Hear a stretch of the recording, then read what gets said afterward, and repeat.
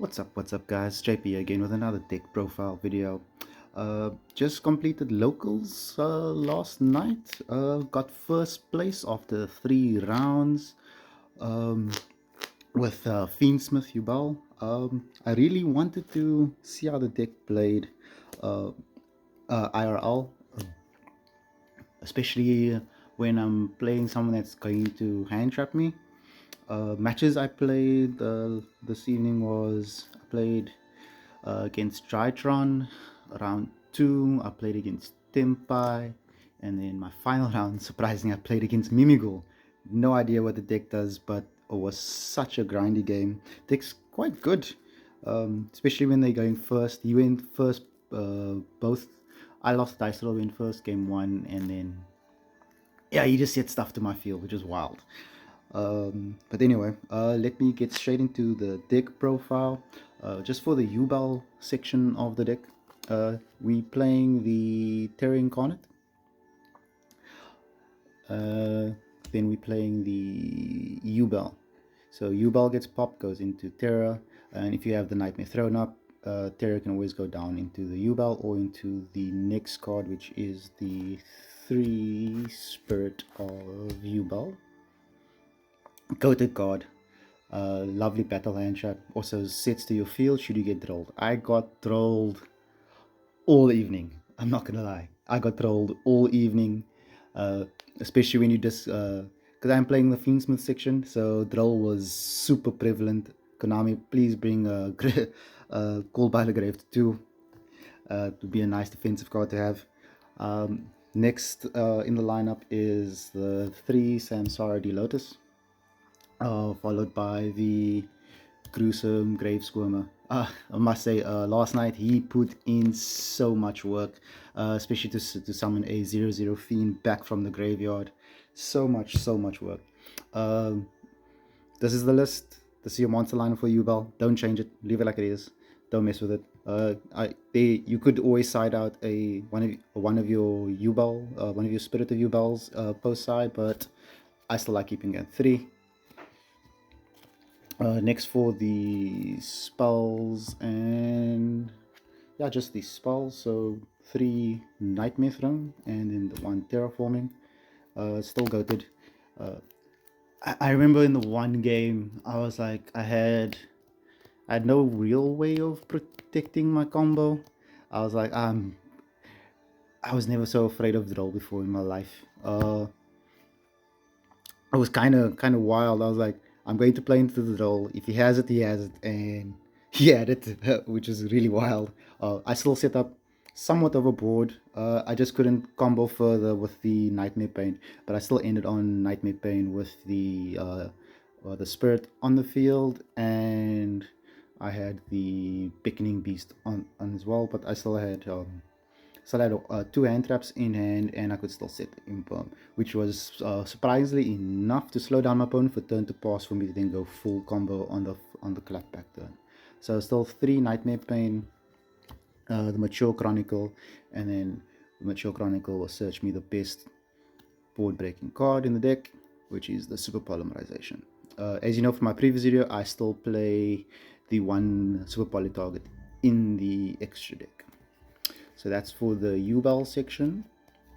Next we're going to move to the Unchained, or otherwise the Dark Beckoning Beast line. So I'm still playing the 3 Dark Beckoning Beast with the 1 Chaos Summoning Beast. Post side, I always find I cut 1 Beckoning Beast and then just play with those 3, which is really cool. I like this card now that I've tested it more. Especially when you just open the next one, when you just open those 2, or if you just open this gets this and this gets that, then you start doing your Unchained stuff, which is cool. And then sometimes that's also enough to just keep your opponent at bay. If not, that's just how the variants work sometimes. And then next, let's move these out of the way. For the Unchained boys, we're still playing the 1 Unchained Soul of Shavara, and it's still the Unchained Abominable Chamber, just to summon from grave. It's great to put pressure on my opponent. The threatening of the SP Little Knight to banish their stuff is always nice. And then yeah, that's that for the Unchained and Beckoning Beast stuff. Next we going to the Fiendsmith. So 3 of the Fiendsmith Engraver, the 1 Honorary Fiendsmith, the Fabled Lorry. This guy is so goated, guys. It forces interaction. So in my Mimigul matchup, Thomas he made an effort to keep me off my Fiendsmith stuff. So moment the Lorry hit the graveyard, before I could use his effect to summon to field, he pistoled this thing away. So he kept me nicely off the Fiendsmith stuff, which is really funny. We went into a bit of a grind to game 3, and then I just overloaded his board because I also interrupted him quite a bit. And then for the spells, I'm playing the Fiendsmith Threat and then the 1 Sanct. Also found post side, I would side the Sanct out for something else. But otherwise, these were always kept in. So that's that for the Fiendsmith. And it's nuts that you can start with the Fiendsmith stuff, especially if you go uninterrupted, without using your normal summon. It is crazy. Then for the non-engine / defensive cards and hand traps, I still play, because I still play the 3 Ash, the 3 Imperm double talents, and then the 1 Call by the Grave. I wish this guy was at 2, but unfortunately this is all the space I have for non-engine. So yeah, Talents was goated. I was really stuck in the 1 match against the Drytron player that I played against. He had shut out most of my plays. I forget what they have that. I think it's the new ritual. That's 5k 5k. He had played through some of my interactions, and then I was trying to bait out the monster effect early, but he had the 1 trap. I went Talents to draw 2, and then went full combo, and he didn't have the Ash or it to slow me down with that. So we played through quite a bit. And then for next, we have the extra deck. I'm still playing the Almirage. Almirage is great. I don't think you should cut this card. If they imperm if you start with Dark Beckoning Beast and they imperm it, and you have Spirit Gates, this is a great way to recycle him back. Then I'm still playing the Fiendsmith Sequence. Great card, confused from the graveyard. You start doing crazy plays with the Fiendsmith stuff. SP Little Knight, great card. Target to banish something on the field. Should they activate a card or effect, you can banish 1 of yours and 1 of theirs, or 2 of theirs. Doesn't matter. Then we're playing the Unchained Soul of Rage. I want to bump this up to a QCR one day. Bless me, guys. Then the Lord Yama. Surprisingly, I'm playing her, but she hardly came up last night. I think there was only 1 game where I actually made her, which was kind of nuts. I think it was actually the Tempai player, because he kept me off the Fabled. Yeah, he kept me off the Fabled Lurry, if I may remember correctly. Yeah, so I only made her once last night, which is crazy. And then the 1 Fiendsmith Requiem. God's goated, bro. Giving the attack buff to Engraver is also cool. That won me a game. And then for the last link, I'm playing the Appaloosa. The game 1 I played against Keenan. I actually went completely uninterrupted. He had no hand traps. I set up such a crazy board. I was like, I kept asking him, anything here, and he was like, no, nothing. And he was just looking at the board. He was like, he was actually going to scoop, but he decided not to. He wanted to see if he could play through with the new Drytron stuff, but unfortunately he couldn't. The board was literally unbreakable. So that's pretty nutty. So that's it for the Link monsters. Next we have, sorry, let me move that out of the way. For the XYZs, the black cards, I play the 1 High King Caesar and Varudras. In my final game against Keenan, he didn't realize that this is it's not a once per turn. So he was like, oh, if he had known, he would have played he would have done something different. But unfortunately, Caesar won me that last game, so he was just like, "Oh, dude, that's so good." Yeah.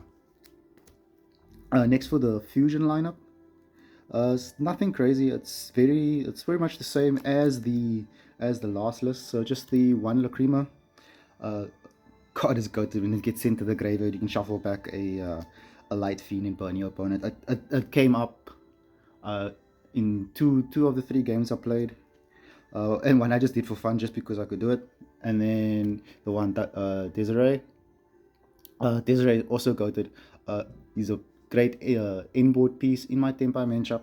Uh, my opponent was just like, he was in top deck mode, and then but I couldn't kill him because my deck doesn't really, or in that situation I couldn't do enough damage to kill him in one turn. So I went into this just to add that extra layer of pressure, that if he had top deck the nuts, just to slow him down, and it happened to be enough. Then next is the 2 Phantom of Yubel. I always make this to protect my combo, depending how I open if I can. And then for the final fusion card and my one super poly target is the Loving Defender. It never came up last night. Um, my opponent scooped before I got to use it.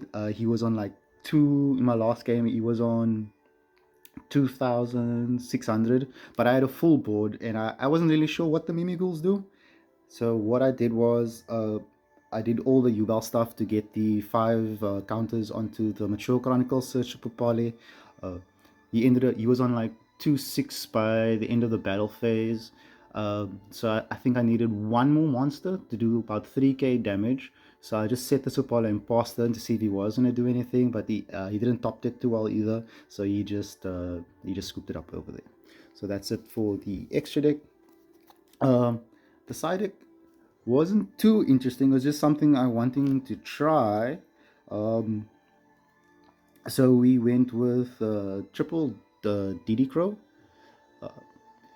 I was thinking Bestials, but I feel DD Crow hits other decks as well. Because I respect Labyrinth and I respect like other stuff that could possibly be summoned or used in the graveyard. It's very scary. And then next I went with 3 Book of Eclipse. The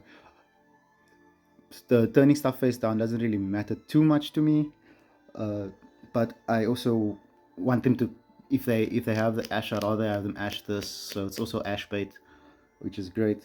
And then what I'm playing, the next card I'm playing is the double thrust, and then my thrust targets, because I respect Runic, is the Magic Deflector, and then Lightning Storm with a Harpy's Feather Duster.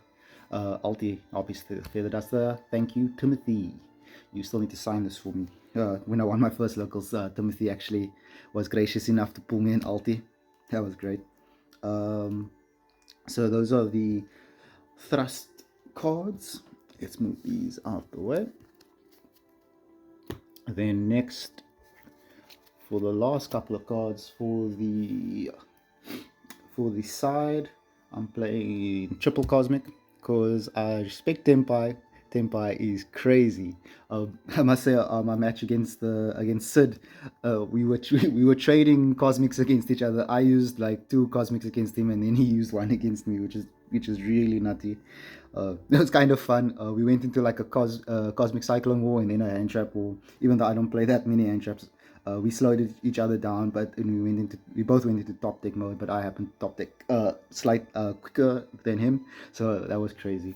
And then for the last card in my sideboard, it is the QCR anti-spell. It saved me also 1 game.